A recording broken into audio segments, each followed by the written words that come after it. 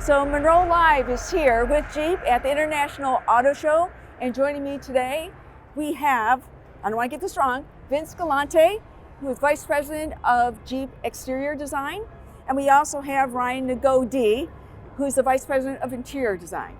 So welcome, gentlemen. I'm excited to hear a little bit more about the 2024 Wagoneer S. So first off, we have this wonderful vehicle here. This is your introduction of a battery electric SUV here. And so it's been launched in the US, it's going to Canada, and it's going to be a global vehicle. Is that right? That's right. It's going to be right-hand, left-hand drive. Maybe. Okay, we'll leave it. It's a secret for now. Yeah, it's a secret for now. It's okay, that's good. So before we dive into the features of this car, I just want to talk a little bit about the platform, because Stellantis Jeep launched the Wagoneer, the Grand Wagoneer, and we know that those are ICE vehicles or internal combustion engine cars. They're body on frame. Okay, so we got that. So, but the Wagoneer S is a departure. It's a battery electric vehicle. My understanding is it's on the STLA large platform. So I have a couple of questions for you guys. So for myself and for our viewers, can you explain a little bit about this platform? And also, is the Wagoneer S the first car off the STLA large platform? Okay, take it away. Anybody? So this you're correct. This is our Stella large platform. It's a multi-energy platform, so it can do kind of both. And what's for us from a design standpoint, what it's led to is it's super flexible. So we can do the Wagoneer S, which we're standing next to. If you've also seen the new Dodge Charger, that's also Stella large. I did not know that. Yeah. Okay. And then we have a couple upcoming Jeeps that are also built off it. And every one of them has a very unique personality and a completely different shape. So from our standpoint, I think it really leads to a lot of, let's just have a lot of fun with the brands. Okay. Yeah, the platform I think is as flexible as possible. Gives us the opportunity, like Vince said, especially you'll see that on the exterior when you look at this compared to that Dodge Charger.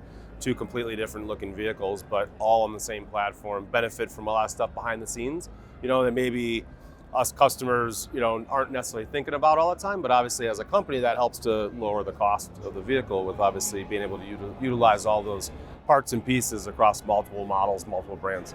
Okay, perfect. We're gonna do a walk around here in a little bit, but so this is the Wagoneer S, but is this a specific trim level? And I don't know, I think I went online to take a quick look, and it seems like there's a lot of variant trim levels of this. Am I wrong, or I don't know?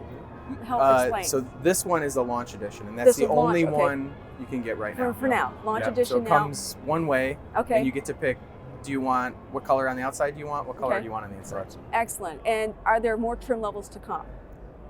Possibly. Yes, yeah, there will be. Yeah. I can tell based on what I saw. It looks like there's a lot more exciting things to come. So and part of the reasoning there too is we want to make it easy for the customer, get into the product. Real minimum amount of choices. Get a bunch of these models out there. And kind of best foot forward. It's a great looking combo, especially as you see here with the silver, our radar red interior. Yeah. It's a superb looking vehicle. Yeah, it's good. Absolutely. So. This is the combo I ordered. Yeah. Oh, is it? Yep. Okay, it's yours soon. Yours soon. Okay, so what I want, Vince and Ryan, want to talk about some of the core design principles. This is what you guys do for a living every day, and I want to know what those design principles actually guided into the design of the interior exterior, and what specifics features can we point out. So I just want to give you my first impression here. Yeah. Okay. So when I walk, and this is from the exterior. So when I first look at this car, the very first thing I noticed, first off, is that I'm used to seeing Wagoneer, Jeeps, and there's an absence of badging here. And this is a BEV vehicle, so yeah, there's no grille. And we typically have a light bar, but we have a good variation here on a light bar. I've never seen a light bar like this, and I can see it's reminiscent of the 7-slot design. So that is incredible. I want to hear more about that. And I want to hear more about this front end. So tell me a little bit about what are some of the specific design features on the exterior. We'll walk into the interior and do the exact same thing, but I want to hear a little bit more about the vehicle. Okay. So I think where I should start off, this is our, like you said, our first fully electric Jeep. Right. And we knew it was going to be a really big challenge, and it's something we wanted it to be a super innovative product. So normally when we talk about Jeeps, we talk about the 7-slot grille like what we're standing in front of. We talk about the square profile, and we talk about the trapezoidal wheel openings. Those are kind of the basic Jeep cues. 2 out of the 3 of those on this car are completely reinventions of, kind of reimagined of what that's been before. So the grille, like you mentioned, still strongly shows the 7 slots, but in a very different way. And the reason we did that is it's electric. So you don't need to open the grille to let cooling in. Right.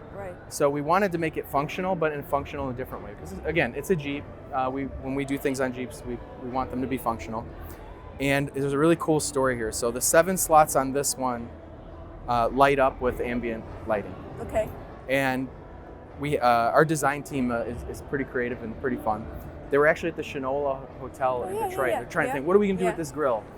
How are we going to redo this, this iconic grill in a new way? And they were at the Shinola Hotel, and they walked in, and they noticed the whole place was lit up.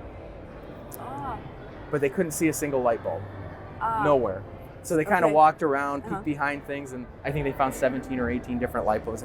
Wow, this kind of the idea, this architectural lighting, this cast lighting, how could we do that on a vehicle? So when you look at the front of this car, the first thing you'll see is a really bright light that kind of sets up that kind of very confident kind of stare that the car has. But then you have 7 pieces of light that sprinkle down on this metallic paint and really highlight the 7-slot grill in a new way. Okay, so at night, then you literally see 7 beams of light that sort of give that reminiscent Jeep look. Exactly. Okay, so now we excellent. have 7 slots during the day, and we have 7 slots at night. Got it.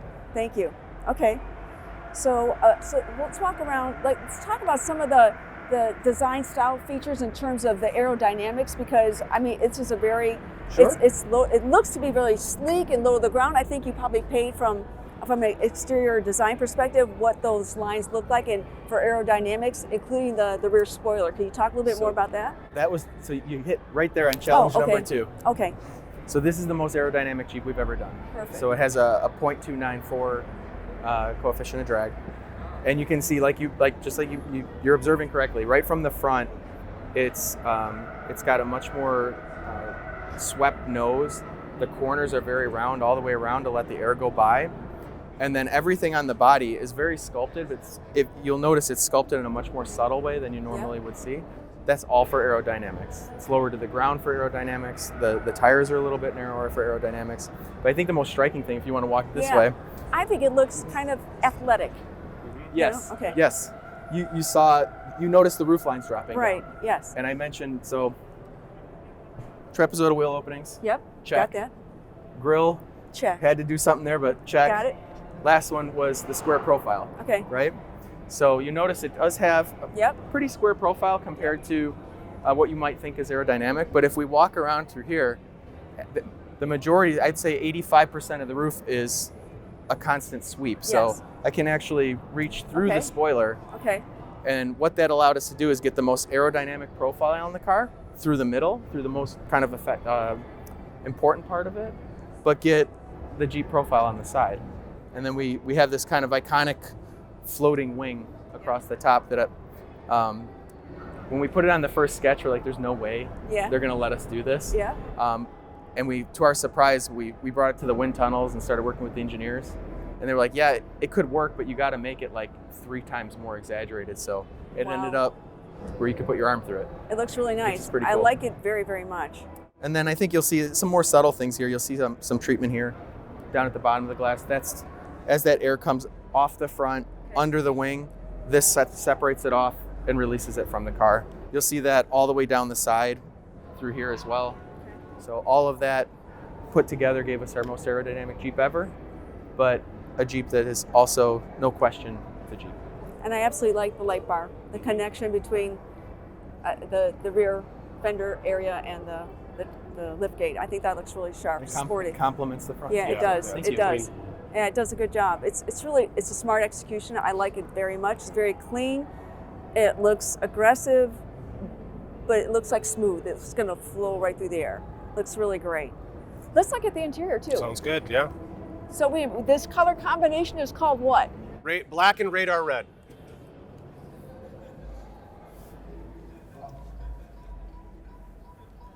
So this interior is amazing. So I can tell you right off the bat, I'm impressed with the amount of what appears to be a ton of technology that's embedded in here from pillar to pillar, this infotainment screen. And I gotta suspect that one of the biggest challenges you have is try to packing all this technology in and doing it seamlessly, and keeping in mind the ergonomics and the intuitiveness of the screen. So help me explain how this evolved. Yeah, so overall, I think you mentioned it, there's this kind of a striking, very high-tech feel to it, and that really is the centerpiece here. A lot of our Jeep products more recently, Grand Cherokee, Grand Wagoneer, have this wing type of motif, right? So, kind of this underlying piece that comes all the way up. We have some nice little Easter egg details on the side, a little motif of the car and a little Wagoneer aspects and stuff. So that's kind of fun. We love hiding some of these little Easter eggs in the vehicle. But this is all aluminum. So this is aluminum litho stamping that helps to kind of, again, frame this tech area. So we have about 45 inches total of digital screens. Right, so you got your cluster, 12.3 inch cluster, 12.3 inch radio. You got a 10.25 display here, and then a 10.25 lower comfort screen. So this is all of our comfort controls are really always there, kind of first surface from that standpoint. They're easily accessible. And underneath here is actually a storage bin, which is kind of nice as well. So you have you have a lot of storage, goes all the way up and back. So it's kind of a nice, feature there where you got some digital screens, and then you have a nice storage bin. That is a surprise. I would not have known that was there. Excellent. But overall, you're going to notice, as mentioned, this is a launch edition. Pretty well appointed interior. A lot of wrapped surfaces throughout the interior. You obviously have the striking radar red combination. We do, though, have no leather in the interior, so it is all synthetics. So it's all a PUR type of material in the seats. Part of that was just trying to find ways to have some of the sustainability elements going. We have a lot of recycled content in the headliner, our floor mats, our carpet.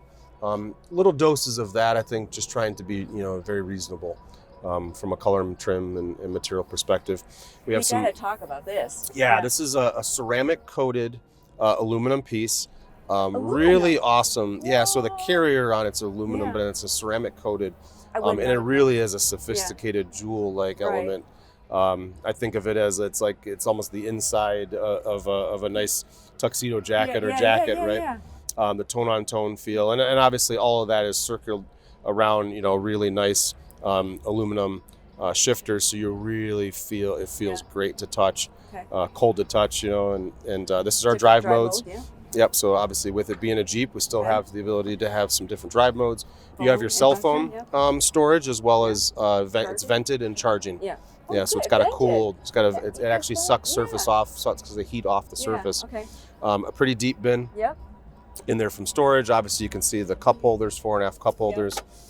We have USBs also behind the center console for the rear passengers. Digital rearview mirror in terms of technology. This also has our Macintosh system, so our Macintosh audio system. So a pretty premium, high-end audio system. First launched with our Grand Cherokee and Wagoneer, Grand Wagoneer. We wanted to pull that in. You have this nice lit badge. That's the and then that is the door open. So a nice feature. For us, it really helped to clean up the door profile. So you don't have a very traditional door handle. You just have the power touch. Now, obviously, some might ask, what happens if the battery were to go out? There's actually a physical handle. A manual handle. There it is. For ease of access, in terms of an emergency situation or anything along those lines. It is nicely hidden, tucked underneath there. This is great. A lot of storage in the rear. We have our fold flat seats. We have and I think what's pretty nice in general back there is obviously Vince was showing the profile of the car, has a pretty swept back end, but I think you look at the amount of storage back there, it's pretty cavernous, which is good. So the team has done a really good job of packaging, trying to fill the space, make it feel bigger than maybe you expect when you get in.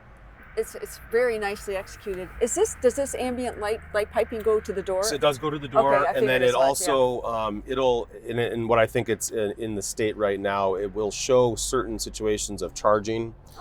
Doors open, will turn on, but it's 64 colors of ambient lighting, so you can go in there and completely change the overall look and feel of the interior, and that goes to some of the other lighting as well that's in the cabin. Suede headliner, suede pillars. Pretty high end attention to detail, and I think a very appropriate for our Wagoneer S. Right. I like this panoramic roof. I like that. I also like the fact that it's got a shade. Yes. Because I can tell you, Yes. these interiors can get really hot, Yeah. and I really do like the flexibility of having it closed or open. Yep, so it's got a power shade that opens, and then obviously this front half goes back for a full sunroof area there. All the controls are up in our overhead console. Very nice, very elegant. I Yes. think it's super stylish. I Yeah, like pretty it very proud. much. Excited, obviously, to get these vehicles out there, get these vehicles out in the market. You know, our fully electric Wagoneer S. Yeah, it's a great introduction to the Jeep brand. I think it represents well. Very much. I like we it. think so as well. I have a few more questions. We'll head course. outside, and then we'll close this down. I have a few more questions, Okay. and then we can be.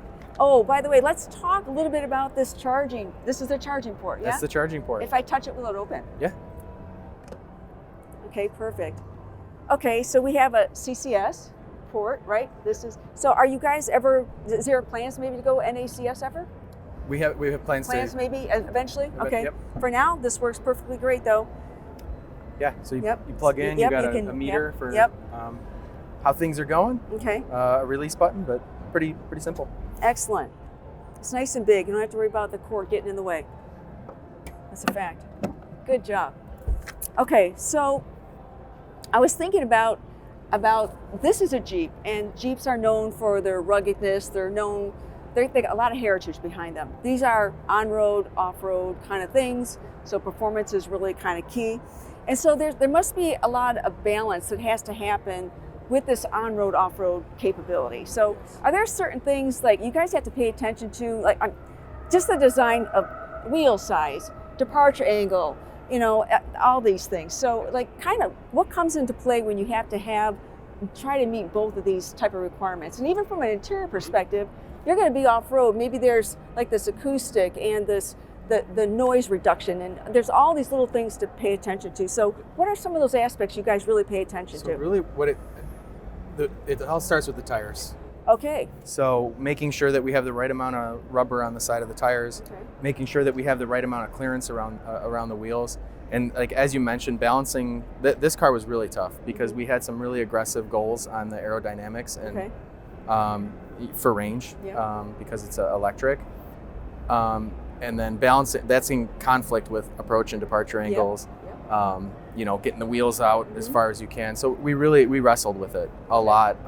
And I think proud of the balance that we found. Another thing, besides for kind of some of those functional requirements, for us is this, you noticed it as we walked around and you kind of pointed out like kind of the very strong brake in the front. You mentioned the lines down the side, the flares that are kind of bulging.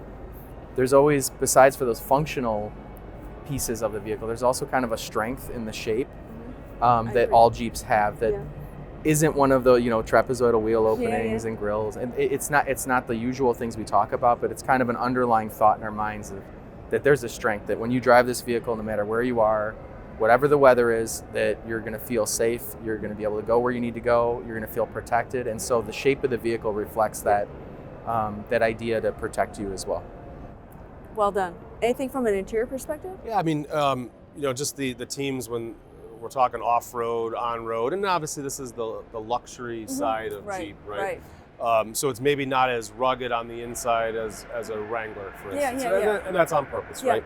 But the attention to like the sound deadening, triple seals, acoustic glass.